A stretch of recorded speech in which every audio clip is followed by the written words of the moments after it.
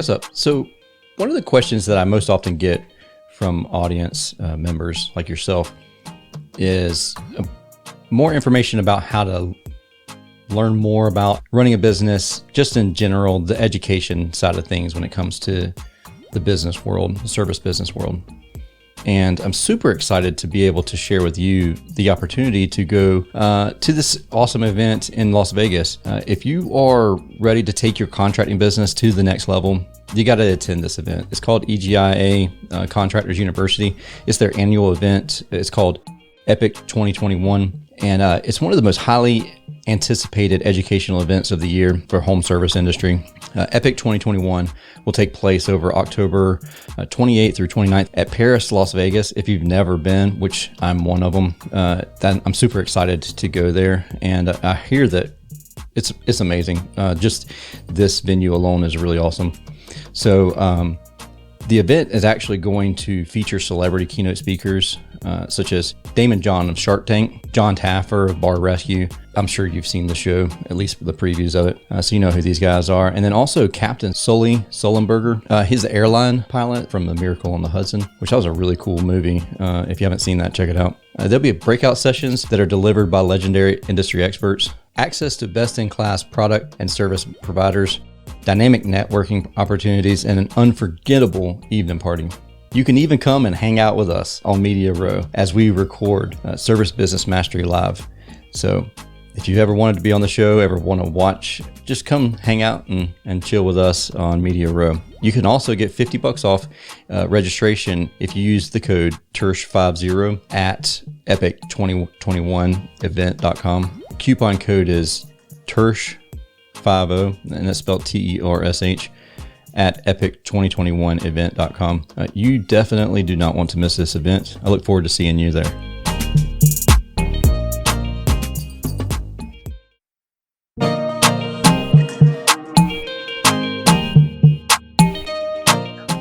Hello, everyone out there in podcast world. I hope you're having a wonderful day. You are listening to or watching the Service Business Mastery Podcast. I'm your host, Tersh Blissett, and sitting alongside of me virtually, my co-host, Joshua Crouch. This podcast is focused on service business owners and managers and technicians who are considering becoming business owners themselves. Our target with this show is to help answer some unasked questions that you may have pertaining to business. And I'm super, super excited to have Miss Donna on the show today. Miss Donna Serdula. We're going to talk about LinkedIn. And I love this topic. Josh is really, I can tell just talking to Josh, he nerds out on LinkedIn. He's trying to learn more and more about LinkedIn. So this is perfect timing to have Ms. Donna on the show. And so with that being said, welcome to the show, Ms. Donna. Thank you, Tersh. Thank you, Josh. Thank you for having me. Yeah, absolutely. So we're going to talk a little bit about boosting profits by using LinkedIn and also like networking in your pajamas. And before we got started, we were talking a little bit about just networking in general. Julie and I, we do a lot of networking. And with that, we're able to build up a relatively strong affiliate partnership between other industries. And I never really thought about the fact that we could be doing that by using LinkedIn at the same time. So I'm super excited to talk about that and then boosting profits with LinkedIn and just the fact that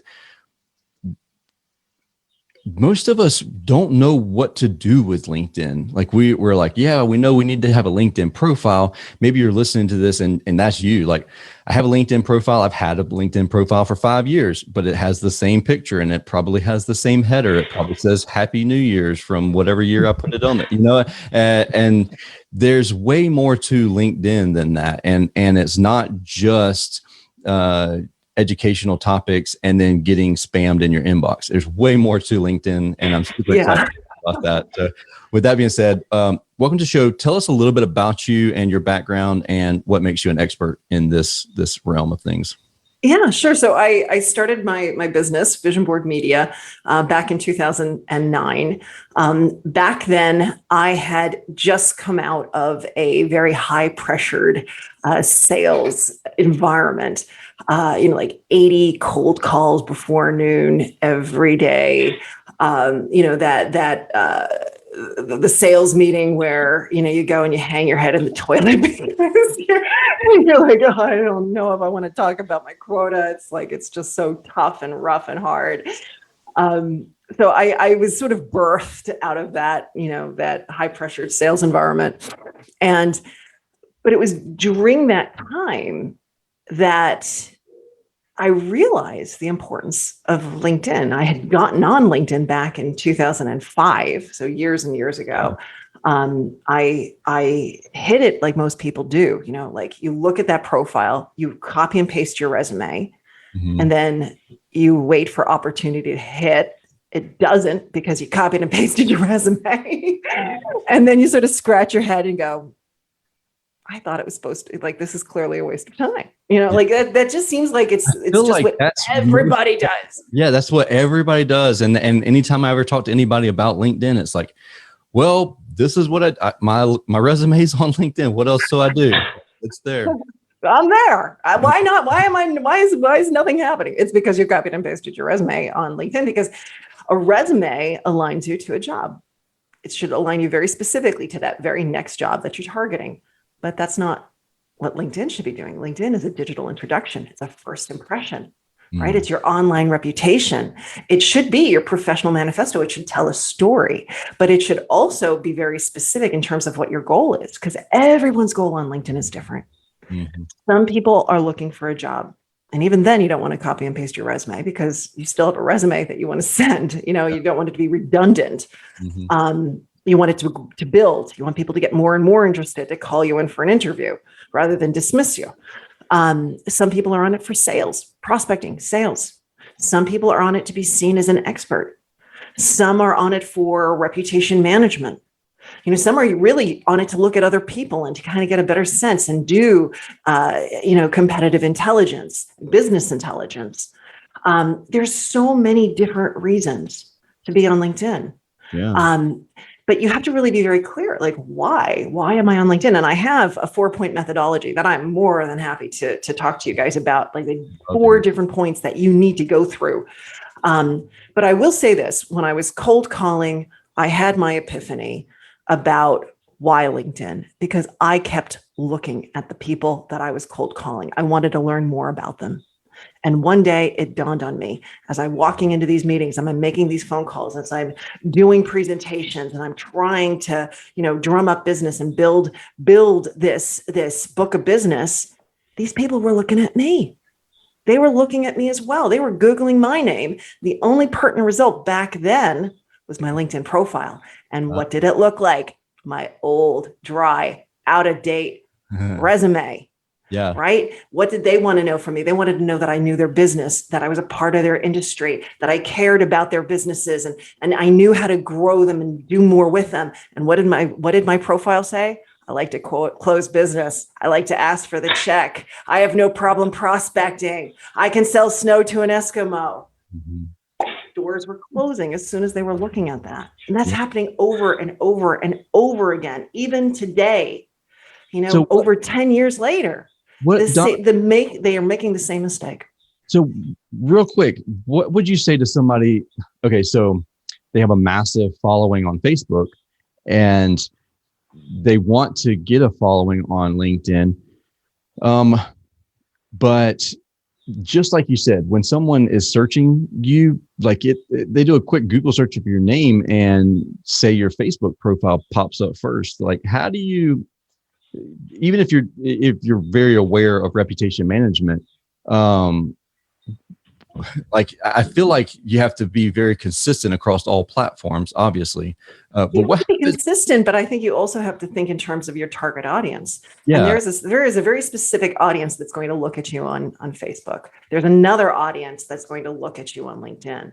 And so do they have to be the exact same though? Because sometimes I feel like in LinkedIn, you need to be professional and, prim and proper. And then Facebook, that's where you wear your shorts and your t-shirt and you go out and ride in the river. I would agree with that to a point, Tersh, because what we're seeing, and I think we're seeing this just everywhere. And I would say that it was 2020 that caused this shift.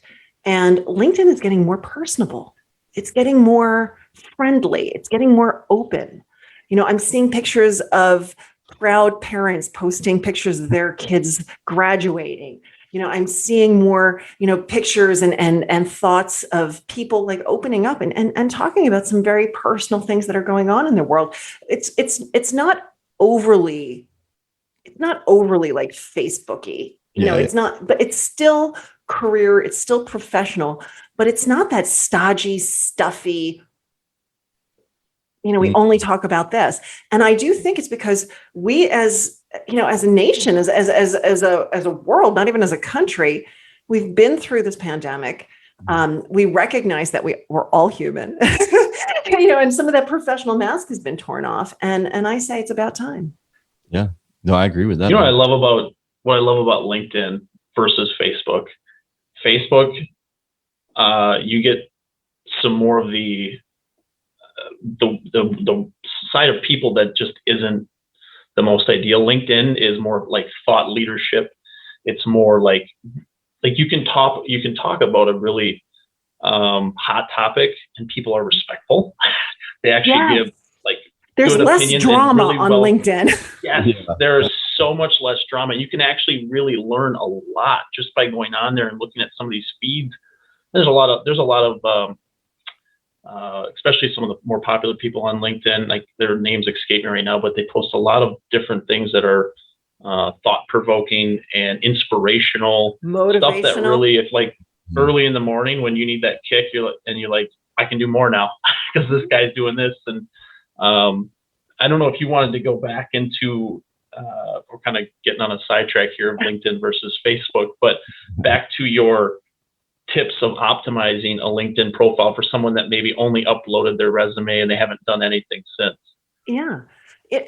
Let me just, because you did ask, I do want to say I started my business in 2009. We have written 6,000 LinkedIn profiles for executives all over the world. I speak on LinkedIn, across the country. I've written a For Dummies book on that topic. I saw really early on that importance of the profile. And so, I talked to you a little bit. I said, I mentioned my 4-point methodology. And to me, I broke down the use of LinkedIn into 4 points. And the first one is, and I sort of hinted at this, it's know your goal. What are you trying to get on? Why are you on it? What are you trying to get out of it? Really know, are you on it for job search? Are you on it for reputation management? Are you on it as a broadcast medium? Are you on it to be seen as an expert? Or maybe it's a combination of a few of those things, but you really need to know, and you have to reevaluate it because your goal will change from time to time, but you need to know why you're on it. And once you think about that, you need to think, who's my target audience? What do they need to know about me? And if they were searching for me on LinkedIn, what keywords would they be using? All right. So we need to do that, like that strategic, real deep thought. Let's, why am I on? Who's my target audience? And if they were looking for me, what keywords would they use? That's the first point. The second point of my methodology is now it's time to set a strong foundation. Now you need to optimize your LinkedIn profile, and you need to get on it, and you need to look at it through eyes that aren't your own, right? You have to sort of like look at it through as your audience might look at it, and really say, how am I presenting myself? How am I being perceived? How do I want to be perceived? What do these people need to know about me? It's not what I just want to say, but what do these people need to know about me? And then you need to write that narrative. And you need to start at the very top. You need to have a great background image. You need to have a great profile picture, a professional one. You want a headline that's like a tagline, because that tagline follows you all over LinkedIn, and it needs to compel people to want to click to learn more. There's the featured section, there's the about section, there's your entire experience trajectory. We've got volunteer experiences, your education, and we've got accomplishments at the very end. The accomplishments, those can be patents, publications, courses that you've taken, honors and awards. That's the one thing very few people realize is the robustness of this profile. What happens if you don't have any quote unquote awards? And so take, for example, a lot of our listeners are people who have been in the truck and just got out of the truck, literally. So similar to myself. So you kind of got out of high school. Maybe you went into the Air Force. Maybe you went to college for a bit, or went all the way through college, and then decided that none of that stuff was for you. You got right into a truck. You really didn't do anything other than becoming a service tech, and then worked your way up to where you could own your own business. And you've really, I mean, you've never written a book, you've never patented anything. What's something that we can put in there as an accomplishment and something that we've done? I mean, would you put your state license for air conditioning in there? Or, I mean, yeah, that would be under the certifications. Absolutely put that in there. I would even say, think in terms of all of that experience that you've gleaned. How many places have you been in? How many homes have you walked into? How many businesses have you worked on? How did you grow that business? How did you learn about these things? It's that responsibility. It's that's part of the narrative. And I don't think it should be dismissed. I think a lot of us get hung up on, accomplishments have to be, just like I had said, publications and patents. A very small group of people honestly have those things. But at the same time, maybe you guys are writing a newsletter and you're posting blogs. Something like that is nothing to be ashamed of. It's something to absolutely tout and push out there. So, definitely, don't. Even though LinkedIn, the language they speak is very corporate. Yeah. you don't have to reply in corporatese. Okay. You can look at it and say, this is who I am. This is why I do it. This is what I stand for. These are my clients. This is how I help them. This is the way I think about business. This is my own core business philosophy, whatever it might be. And put it out there. Put out that why. And when you put that little bit of effort into it, people want to know who they're working for. As much as we've gotten away from the whole Main Street, concept, and we've kind of moved into the big box stores and everything, people are, who knows where the heck they are in the world. I still truly believe that people do business with people. Yeah. And, if they're going to, especially if they're going to let you into your home, my gosh, what they very well could be checking and That's seeing. A very good point. So with that being said, should we have, I don't want to go into another rabbit hole because we can very easily dive into a deeper rabbit hole with this, but our business profile, like how should we set that up? Should it look very professional? Should we have, like, whenever we have, should we have a lot of our team members, like, photos and stuff on it? It's not the same as Facebook, like we've said before. So it's not, you're not going to have a stream of constant ads, constant ads, or a bunch of images of your group and all of that. So it's going to be a different thought process there. So there's two. There's the personal profile that each individual should have. And once you have your own personal profile that tells your own story, not the company story, and a lot of business owners are very tempted to sort of remove themselves from the equation and only talk about their company. No, you need to talk about yourself on your profile. But then there is the LinkedIn page, that company page. And you need to have a personal page to create a company page. But once you create that company page, now that is all about the company. Mm-hmm. And you can post the logo, you can post a background graphic, you've got this little tagline, you can create a button to send people to the website or to sign up for a newsletter, whatever it might be. There's a whole bunch of different calls to action that you can use. And then we have the description, the company description. And that's where you talk just about the company.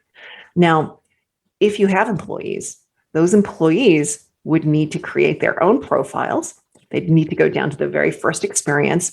And for their current experience, they need to go into the company name and tag the company page that you just created. They'd have to tag it. Mm-hmm. And now they are dynamically linked to the company page. Gotcha. And that's how it shows the employees. Okay. Gotcha. Yeah. Perfect. Now, would you do that for service techs too? Like service techs and installation guys and all them? I mean, I think they should. Yeah. I think they should. I don't think there's I'm sure many of them aren't even thinking about LinkedIn. No, absolutely not. Yeah. I don't think they are. And I can understand why they wouldn't be. I think there's this mentality of let me go to work, let me get my job done, and let me go home. And if they do want to utilize the social media, they're probably doing it for the more sexy, more fun avenues that are out there, like TikTok and Instagram and Facebook. But I think if one of those techs is really future oriented and they're saying, you know what, this is not everything that I want to do with my life. I have a vision for myself. I have a vision for my family. I have a vision for my career. And I want to one day own my own business. Or maybe I want to, find myself working in at a facilities management, operation, whatever it might be. I think absolutely they should have that profile. And which takes me actually to my third methodology point, which is build your network. Nice segue. Yeah. It's build your network. My only question to that, to building that network and having your team on there is, at any point, does it become easy pickings for competition to start really honing in on your people because they can just search your business name? Or is that? Trish, it's funny that you should ask me that because, when I started my business was in 2009. All right. And so, it was in the early days of LinkedIn. And my audience, I thought, would be business owners. And it actually turned out to be executives. Like out of the blue, I'm working with these CEOs of major companies. And I'm like, this is odd. I thought it was going to be, business owners. And so I'm talking to these CEOs and I'm saying to them, you should get all of your employees' profiles done. If you really want to spotlight if you want to attract the best, you got to spotlight your best. Your employees are your number one asset. And they're like, Donna, I want them to look horrible because I don't want them to get poached. Yeah. And I'm like, that's not and I would say that's not a good strategy because it's not just recruiters that are looking in. It's your clients and it's partnerships and investors. It's all these other people that are looking in and need to be impressed. So you shouldn't be, putting everything public just because of a recruiter who might poach. Mm-hmm. And it took years for that sentiment to really start to click. And now we probably do. I'm thinking about it. We do a lot of, individuals who come to us for us to write their LinkedIn profiles, but we have a lot of companies that come in and say, Donna, we need you to do the entire executive team. We want you to do the entire business development and sales team. Anyone who's client facing, we want our employees to really represent the company, our brand, and we want you to write their profile so it doesn't look like they're looking. Yeah. So with what you're saying is this, people are always going to leave. Yeah. It's going to happen. But, if they create that strong profile, and I'm not saying create a profile that says, hey, I'm looking to leave or I'm looking to work for someone else, but I'm just saying create a profile that says, hey, this is who I am. These are my clients. This is how I work with them. I really, this is what I represent in terms of, how I do my business. That's not a profile that says, hey guys, recruiters call me. It's, hey, clients call me. Hey, clients feel really good about this team that's out there. Yeah. Representing me and my company. So share more about that network, building it. So I would say right after not having a strong profile, the second biggest issue on LinkedIn is not having a big enough network. And so it is important to build a strong network. And I would say absolutely LinkedIn stops counting at 500. But you want to go well past 500. Yeah. I'm not suggesting connecting with everybody and their brother, but I am suggesting really thinking about all the people that you meet along the way Is it a different mindset than Facebook? Because I have a friend of mine, and we were talking about this a couple months back, and he said, used to, if I literally didn't know this person, I would not connect with them on LinkedIn, and because that's how I am with Facebook. So I don't want people seeing information about me and blah blah blah. And then someone he was talking to said, no, connect with everybody that could potentially be a referral source and all of that jazz. What's your feelings? Which one is? I agree. I agree. I'm not, I used to be one of those like crazy open networkers who was like, hey, I'll connect with everybody, and my network shows it. I'm right at that max limit of 30,000 first degree connections. Wow. I have, we got work to do. I have some regrets. I wish I hadn't, in the early days, I wish I'd kept it a little bit tighter. But again, I've been on since 2005, and I speak. So, there's, but with that said, with LinkedIn, let's get into the nitty gritty. All right. We'll get into some nitty gritty here. And that is when a person is searching LinkedIn, all right, and they do a name-based search, they're searching the entire database of users. But if a person is doing a keyword-based search within LinkedIn, they are only searching their network. Their network is their first, their second, and their third degree connections. Group members of groups that you belong to are also included in that.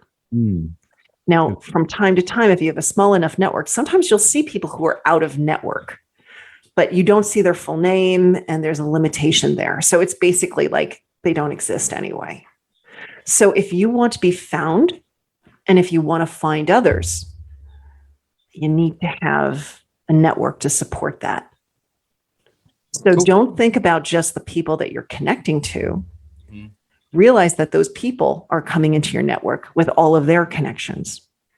And something you mentioned there, the groups. A lot of people don't really think about groups, like especially, well, for me, I didn't think about it like I thought about it with Facebook. Facebook, it seems like there's neighborhood groups and unofficial neighborhood. Facebook groups are amazing. Yeah, they're great. And that's kind of how I first was thinking about LinkedIn groups, but then I didn't have the same interaction with people and in my LinkedIn groups.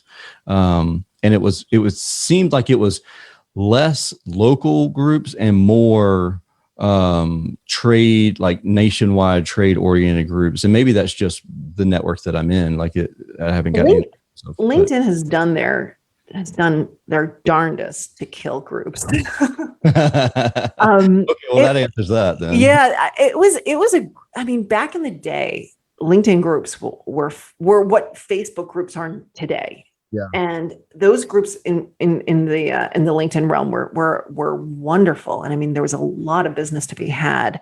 But unfortunately, there were a lot of experts saying, hey, you want to sell? Go sell in the LinkedIn groups. And there was this huge influx of just sales pitches and stuff. And that started the downward spiral. But then LinkedIn put in these really crazy things where if you blocked a person or negated a comment, they couldn't post anywhere. They just did so much to really strip the administrator of power, and people just went away. And I think it was like 3 or 4 years ago, I was invited to LinkedIn's New York headquarters, and we talked to the project managers and product managers about what we'd like to see in groups. Nothing ever happened to it. So this is what I say about LinkedIn groups. Right this very second, I wouldn't be bothering with them, other than if you can join groups where your target audience may be, join those groups. Use it as a way of expanding your network in a really easy way. By expanding it, one click, and you get all of those people in the group. Do it for that. Otherwise, there are maybe a few groups that are active on LinkedIn, but they're far and few. Yeah, that's exactly what I noticed too. And it's I'm glad you said that, because it confirms kind of the suspicions that I had. But would you get into a trade focus group? Because I have a couple of invitations and specific groups of like very HVAC related stuff. But like you said, once you even mentioned the fact that there are people out there that said, hey, get into LinkedIn groups and start selling. I feel like that was definitely an aha moment for me, because there are certain groups that I've been in, and it's like, man, I'm getting spammed a lot now. Now that I've been in this group, and it didn't really correlate together. I mean, it didn't really click that was the case. But it was, I wanted to be in those groups because there's other people in the trades, and I want to learn educationally. I want to learn from those individuals. But there's a strong possibility that the person that started that group was starting the group to sell to us as a trade. Yeah, undoubtedly, that could have very well been the spark for that one. I like I said before, definitely join groups, especially if they contain your target audience, or even those who complement what you do. I don't think there's anything wrong with that. I mean, you have to hope that the administrator is there to accept your invite. I know that I have two groups, and I rarely go in there and accept those invites. So, I mean, you may find that invitation is pending for months and months. It's just because LinkedIn has done everything they could to take these really good administrators and say no. And most of these people went to Facebook. Yeah. And in fact, there's a number of groups on Facebook in which we talk about LinkedIn.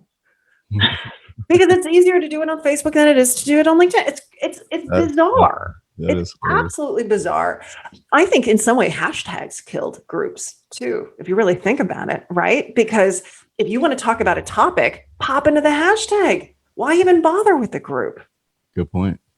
Yeah, I mean, I get notifications on, okay, so you follow this hashtag, so you can interact with people that you wouldn't be able to interact with otherwise.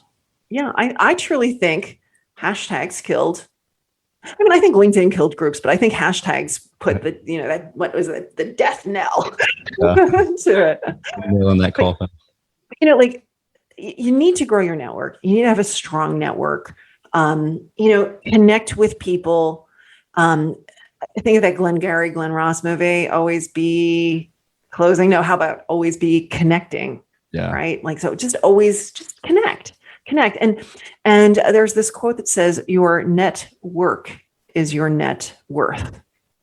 And I really believe that, so keep growing your network. Now, once you have a strong network, right, let's go back. So, why you're on LinkedIn, you have a really strong profile that tells your story, shows that you're a human being, you're warm, you're real, you care. You're growing your network. You are connecting with people. You're accepting connection requests. You're saying no to the occasional person who doesn't seem real, might be a bot, may have a large sum of money to put into your bank account, is also a prince in Nigeria. You can say no there. There's nothing wrong with saying no, but really, think about it first. Say to yourself, does this person look real? Does this person look professional? If the answer is yes and yes, I'd say accept. There's nothing wrong with having a tighter network too. So I'm not saying that that's wrong. I'm just saying, just challenge yourself to maybe be a little bit more open. Then now it's time to engage. Now it's time to get visible, to get active. And how do you do that? You do that in a number of ways. I say the very first step that you do is you get out your phone and you install the LinkedIn app, because over I think it's 57% of LinkedIn users access LinkedIn through their mobile device. And it makes sense. Who wants to get onto their laptop? Yeah. I like for my red dots to go away. I'll be honest with you. Those red dots control us, don't they? They do. They really do. It's like the old "you got mail," like that sense of like. But so load it in, install that app, and then just open up the app and scroll through that LinkedIn feed. Scroll through it. I'm not asking you to do anything more than scroll through it and start to see what the people in your network are talking about. Once you've scrolled through it and you kind of get the idea of what's happening, start liking, react to some of those things. Reacting is great. Commenting is even better. I used to say to share, but if you're looking to get a lot of views, sharing is not the best in terms of the LinkedIn algorithm. Really? So if you just simply want to be visible and you don't really care if it's hitting a huge part of your network, share away. But Tersh and Josh, if you guys are looking to like get the hits, get the views, I would not be sharing, at least not right now with the way the algorithm works. You share a post, it's not going to be seen by many people. Really? Okay. Mm-hmm. I know, it's crazy, isn't it? Engagement is better than the shares. We want, you want to have a post, like you want to create the content yourself rather than share it. Oh, okay. So when you create the content yourself, I mean, you could basically, if a person shared a link, click the link, grab that link, and then post it yourself rather than sharing what the other person had posted. That's a way around it. But here's the other thing about, again, if we're looking for high views, high engagement, you also don't really want to be putting links out because LinkedIn wants their LinkedIn feed to be sticky. Yep. Yeah. So, I did read that. And that's like Facebook too. Yeah. Not putting YouTube video links and stuff like that. Yeah. That's why you see the link in first comment. Yeah. That's why you see that. Oh, man. Gotcha. All right. Perfect. And then what you do is you wait about 24 to 38 hours, 36 hours, and you go and you edit the post and you put the link back in. That's funny. Got it. There's my golden nugget right there. Put it in your calendar, Tersh. The other golden nugget is LinkedIn does not reward quantity; they reward quality.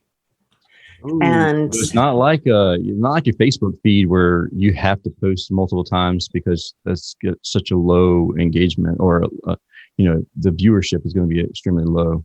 LinkedIn wants quality.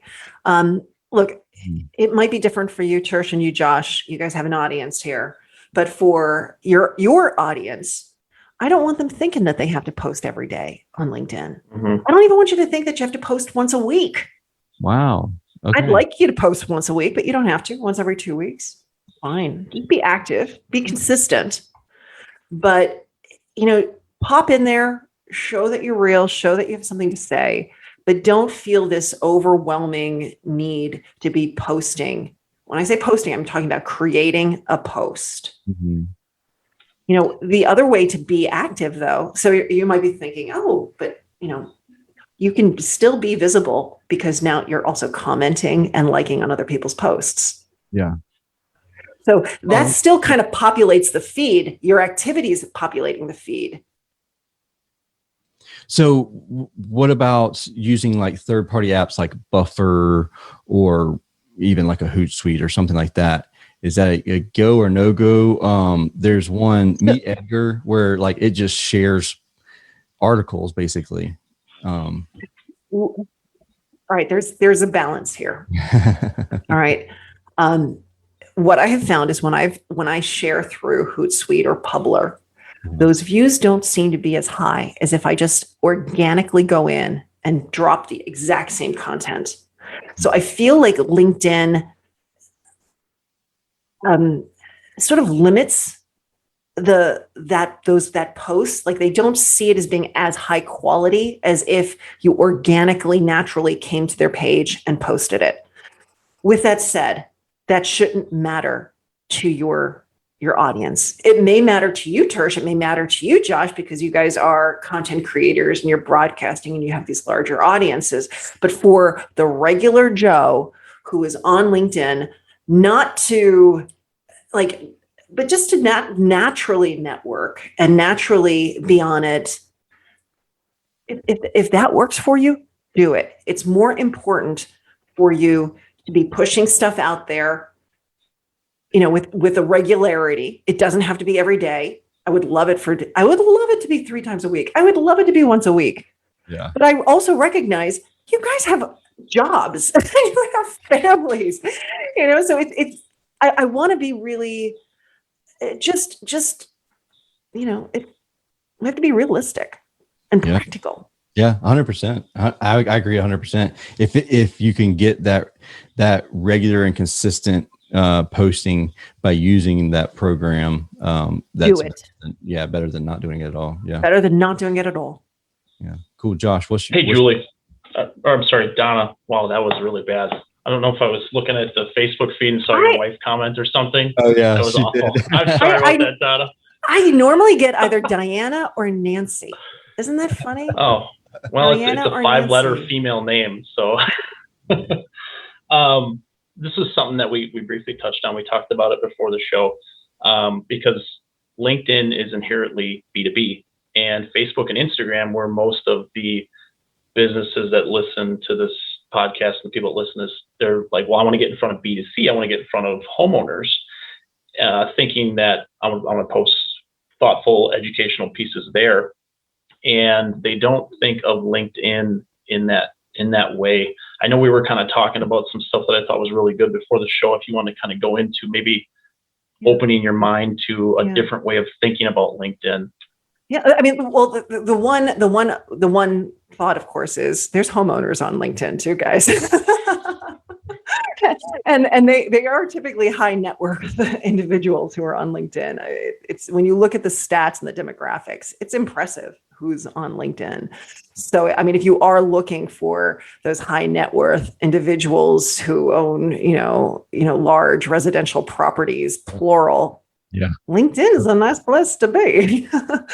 But Josh, what you were referencing and what I had talked about, prior to the call is you don't have to always look at it in terms of, all right, the consumers, my clients, that audience right there. There's another back end audience. There's service providers, there's partnerships, there's investors. There's hiring, there's all of those other things that are part of your business can, be tapped through LinkedIn. And it's a great place to create those relationships. Mm. And so I think you could absolutely hit your clients on LinkedIn. I really do. I really, really do. But I also think there's another audience, the back end, the support aspect to your business, who is on LinkedIn, and they're looking for those professional relationships. Is there a way, and we talked about keyword searches and stuff like that. So obviously, if you're looking for different partners, especially if you're looking to get equipment or maybe move your business forward with the technology or something like that, that's a great place for LinkedIn. But what about searching people on LinkedIn in your area where you live, or maybe your service area, where you can try to just connect with them on just hey, we live in the same area, just want to connect with you type of thing. Can you search that way on LinkedIn? You can. Very few people do. People think of LinkedIn as name-based searches. Kirsch. They just type in the person's name and they're looking. But you can look. You can also. I mean, you can type in business coach. You can type in. There's those complementary businesses that you want to have those relationships with for referral purposes. I mean, you could do that type of keyword search. But you can also go in and do a more advanced search and say, I want to see all of the people who have this keyword in the New York City area and within this industry type. That would work too. Again, keep in mind, you're not searching the entire database. You're searching people who have connections to you.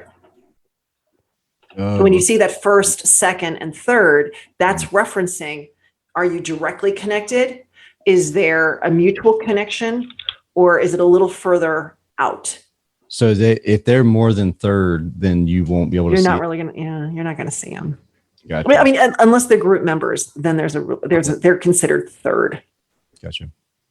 Okay. Yeah. So like if you are trying to get a cold call list or something together like that, then that's probably not going to be the best way to doing that.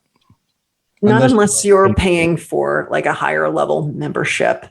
I would say, buy a list Yeah. And then start looking at these people on LinkedIn and see, how do you know them? Because you may have a very easy introduction. Oh, that's a good point. That is a good point. Or a way of warming up a cold call. Yeah, exactly. You don't have to make an actual cold call. You can warm it up by having that introduction because you have connections between each other. Yeah. That's really cool. That's Josh, awesome. you got anything else? No, that was a lot of really good stuff to think about. And I wish when I was in the contracting world, I would have taken LinkedIn a little more seriously. Now that, because we used to do BNI meetings every week, and it's all networking, it's all getting out in the community. And you don't think about hey, I can spend 30 minutes a week on LinkedIn and connect with, X number of people that all can help me. They can all either live in our area, help our business. So I think there's a lot of really good stuff and value here for those that are listening. Donna, I don't know if you want to kind of remind everyone how they can get in touch with you before we close out. Sure. If you need help with LinkedIn, if you need help writing your LinkedIn profile, I have a team standing by. We've got over 20 writers, and I always try to make that partnership. I always try to find the right writer to work with you, to really make sure that it's authentic, it's genuine, and, it attracts opportunities, and it allows you to collide with opportunities, because there are so many opportunities out there on LinkedIn. People are looking for someone like you. And if your profile isn't written with those keywords, you will never be found. You will never collide. So it is something to really think about. I do have a book that you can read, but if you want to outsource it and just not write, we're here. My website is linkedin-makeover.com. And I have to tell you, LinkedIn is a fabulous tool. It really is. The name of your book? LinkedIn Profile Optimization for Dummies. But you don't have to be a dummy to read it. Yeah. And we have the links to those in your show notes too. Donna, it's super thank you for coming on the show. You've given me a massive list of things to start working on right now. So thanks. I didn't even scratch the surface, Tersh. Yeah, we really appreciate it because like you said, it's almost the redheaded stepchild of social media. And we want to make sure that people know that it's there, they're aware of it, and know how much of a value it is. Because Josh, you said it perfect there, where you when you were doing contracting work, you wish you had taken it more seriously. And it's so true. For years, when I was a service tech, when I was a service manager, I had a LinkedIn profile, and I don't know why I did it. I just did it because somebody told me to do it. And I'm glad I did back then, because now I have tons of connections, both locally and nationally, which is amazing. And it's the craziest things. We'll have this just a random encounter with a connection on LinkedIn and develop a lifelong relationship with these individuals, which is just something that's unheard of for Facebook or anything else. It's a powerful network, but like I said, you need to know your goal, needs to optimize your profile. You need to build that network, and then you need to start to engage. And I'll tell you this, I will give you this. With LinkedIn, the real secret to it is not to go on there to find a job. It's not to go on there and try to sell someone. But if you go on LinkedIn and you just try to have fun, add value, help people, educate, you're going to have so much opportunity, so much business, so much clients flocking to you just by being on there and being real. Yeah, cool. I love it. That's great perfect. Advice. Mic drop there. So thank you so much for having me, guys. Yeah, it's our pleasure. Thank you for coming on the show. Thanks for being on the show, Donna. I'm changing my name to Julie. Yeah, and anybody that's watching this or listening to this, thank you for checking out this episode of the Service Business Mastery Podcast. It is a podcast focused on service business owners, managers, and technicians who are considering becoming business owners themselves. Our target with this show is to always help to answer unasked questions that you may have, and I hope that we did that with today's episode. I know that there was definitely some unasked questions that were answered for me. So thank you again, Donna. Thanks, Josh, and we will talk again soon. See you.